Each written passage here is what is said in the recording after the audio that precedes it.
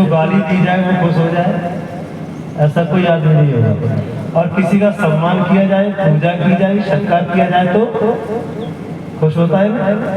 तो ध्यान दीजिएगा, संक्षिप्त बात बता रहा हूँ, शॉर्टकट सब बातों की बात। इसलिए अगर आप सम्मानित जीवन जीना चाहते हो, समाज में प्रतिष्ठित सम्मानित जीवन जीना चाहते हो, आदर सत्कार और पूजा अपनी चाहते हो, तो ये करो, पहली बात।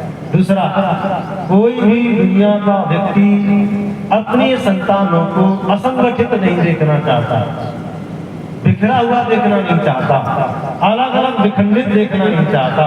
सब चाहते हैं कि मेरे बेटे बेटियां नाती पोता सब मिलकर के रहे, संगठित रहे। यदि ये गुण आप अपनाना चाहते हैं तो इसके लिए भी यज्ञ ही एक ऐसा धार्मिक अनुष्ठान है जो आप सबको संगठन में रहने की व्यवस्था देता है। तीसरी बात, दुनिया में कोई व्यक्ति मुझे अब तक नहीं मिला, तुम्हें मिला हो तो बताना, किसी को ये कहा जाए तो बड़ा कंजूस है और इस शब्द को अपने लिए उच्चरित समझकर वो व्यक्ति खुश हो जाए। क्या समझे? कंजूस या कृपण शब्द दुनिया में कोई व्यक्ति अपने आप को गौरवान्वित नहीं करता, अच्छा नहीं मानता। भले ही हम कंजूसी करें, भले ही हम कृपणता करते हैं, लेकिन दूसरा कोई व्यक्ति हमें ये कह दे कि यार तू बड़ा कृपण है, बड़ा कंजूस है, तो मायूस हो जाता है व्यक्ति, चेहरा गिर जाता है, तेज समाप्त हो जाता है और अंदर बड़ी ग्लानि पैदा होती है। याद रखिएगा। और यदि तुम ये कह दो कि यार तुम बड़े त्यागी आदमी हो, बड़े देवता आदमी हो, क्या समझे?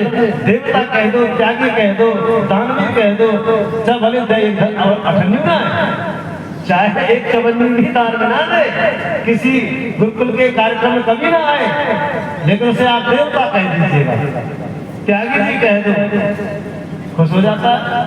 कहने का तात्पर्य हुआ कि यदि आप संसार में अपना एक अच्छा स्थान बनाना चाहते हो, अपना एक आदर्श बनाना चाहते हैं, तो हमें दान अवश्य करना ही चाहिए। इस कृपणता और कंजूसी के दुख से अगर दूर होना चाहते हैं तो यज्ञ भी करिएगा। इसलिए इस यज्ञ का आयोजन आपके बीच में रखा गया ताकि आप सब लोग इस यज्ञ से जुड़े। अब यज्ञ में कितना दान करें, कितनी दक्षिणा दें, ध्यान देना। यज्ञ में जो दान दिया जाता है उसके भी दो भाग हैं, एक दान है और एक दक्षिणा है। दान संस्था के लिए होता है, संचालन की व्यवस्था के लिए होता है। जो भी हम कार्य कर रहे हैं, जो आपने आयोजन किया है, हमारे कलेक्टर के जो कार्यकर्ता है उन्होंने अपनी पंजिका भी छपवा रखी होगी मेरे ख्याल से, कि मैं तो पहली बार आया हूँ, तो इसमें दान पत्रिका उनके पास छपी है, उसको आप दान दें 1000, 1100, 5100 जो भी आपकी श्रद्धा है। क्योंकि ये सारा पंडाल जो लगा है, विद्वान दूर दूर से बुलाए हैं, यज्ञ में सामग्री घट आदि जो खर्च हो रहा है, इन सब में पैसा लगेगा। तो ये सारा जो पैसा है वो आपके दान पर आधारित है, तो वो दान पत्र ले, तो दान की रसीद अवश्य काटें, क्योंकि वो दान एक बड़ी मात्रा में होता है और वह हमेशा ऐसे स्थान पर दिया जाता है जिससे उसका वेद विद्या के विस्तार में लाभ होता है। बात समझे?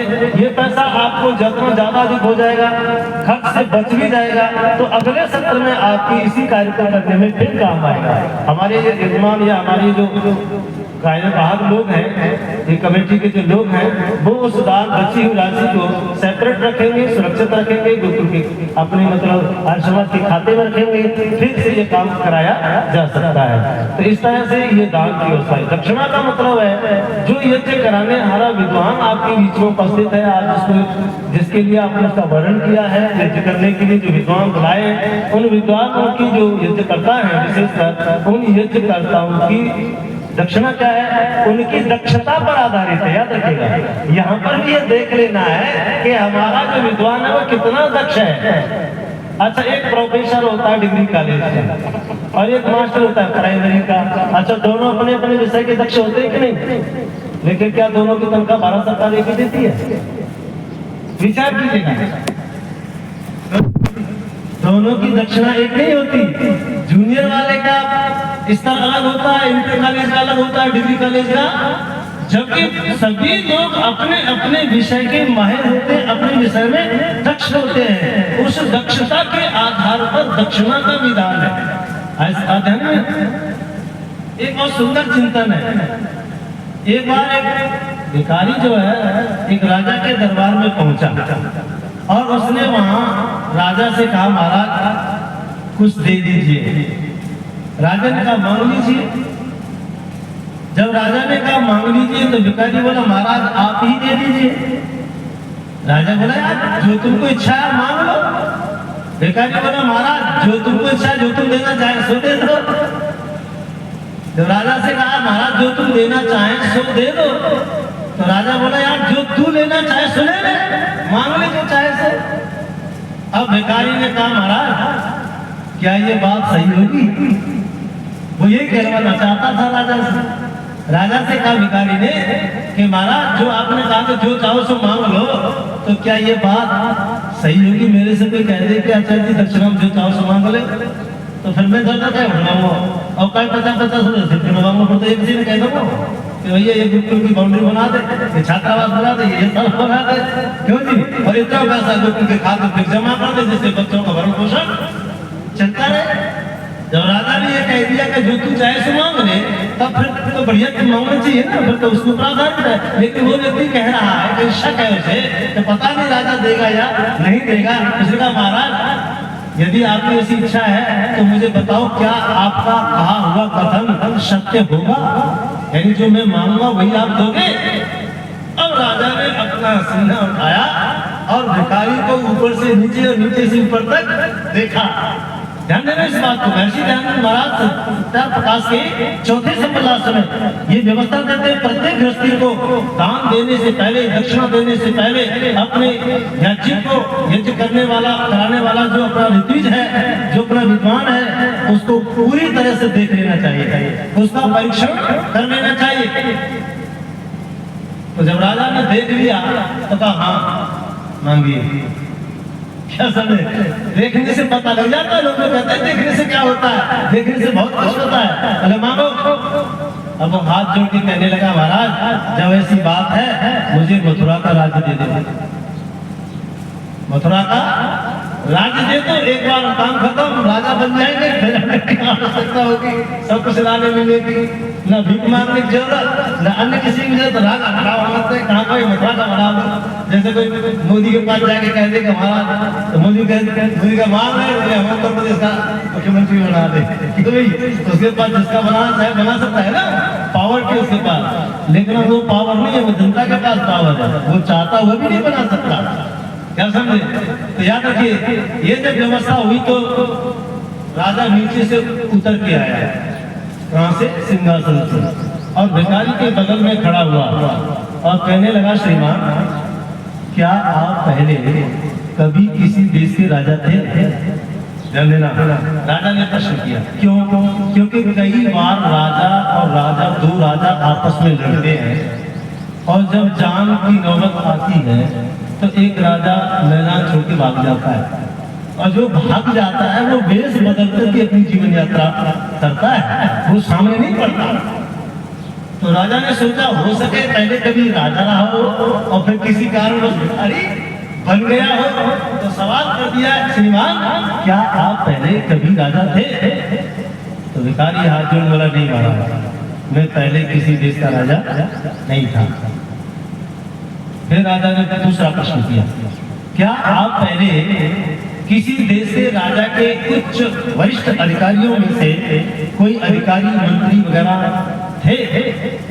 इस बार भी भिखारी ने उत्तर दिया, नहीं महाराज। राजा ने फिर तीसरा सवाल किया, क्या आप पहले किसी राजा के जो कनिष्ठ कार्यकर्ता होते हैं, मंत्री आदि, छोटे वाले, छोटे लेवल के, मध्यम लेवल के, उनमें से तुम कोई पदाधिकारी थे?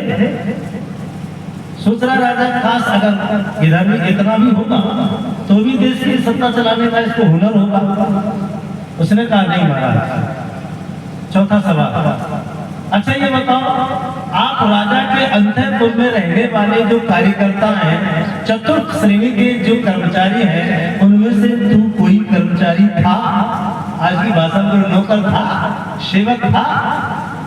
इस बार भी उसने हाथ जोड़ के कहा, भिखारी नहीं महाराज। ये चारों प्रश्नों का उत्तर नकारात्मक आया तो राजा को गुस्सा आ गया, तलवार निकाली और उसके सिर के ऊपर क्रांति में कहा, अरे मूर्ख, ये बता जब तू किसी देश का राजा नहीं था और यहाँ तक बात है कि तू किसी राजा के राज्य में कोई कर्मचारी पद पर भी कार्य नहीं था, तो ये क्या बात है कि तू मथुरा का राज्य करेगा? क्या तू जानता है कि राज्य कैसे चलाया जाता है? तू जानता है कि शासन पर कैसे बैठा जाता है? अब बेकारी के पैरों तले की भूमि सरक गई और भेड़ की तरह कांपने लगा, गिड़गिड़ाने लगा। अरे महाराज, मेरे से गलती हो गई, ऐसा करो मुझे दोबारा से अवसर दीजिए, मैं पुनः मारूंगा। और राजा को मारना तो था नहीं तलवार से उसे। राजा ने तलवार म्यान में रखी और शांत हुए मांग ली। अब कहता है महाराज 2 रुपया दे। क्या होगा महाराज? 2 रुपया दे दो। राजा बोला 2 रुपया दे तो मांगना ही नहीं आता। अरे 2 रुपया लेने के लिए तुझे मेरे दरबार में ला और मेरे सामने पेश हुआ। 2 रुपया लेने के लिए तो चौराहे पर कहीं भी खड़ा हो जाता और कोई भी रिक्शे वाला दे देता। क्यों जी? अब मैं आपसे सवाल करता हूँ, क्या राजा को 2 रुपया देना चाहिए? राजा को 2 रुपया दाम देना बोलो, राजा का यश बढ़ाएगा या अपयश?